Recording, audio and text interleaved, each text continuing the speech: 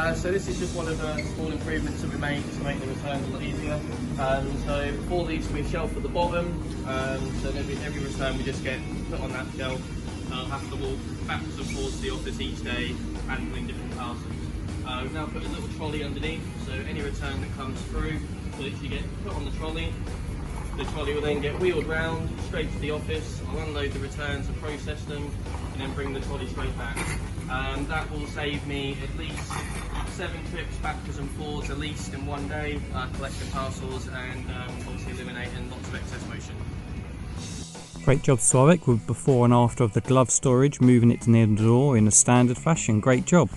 Damien, before and after, fixing the light up in the ceiling, making it perfect again. Fantastic. Great job Phil, standardising the boxes with before and after for the mailing bags. Peter with a standard location for your dust masks, and also great job Charlie with a standard location for the bin upstairs. Josh with before and after, simplifying a part to make it quicker to manufacture. Great job. Also, we had a free ass event on Saturday, me, Chris and Sławek.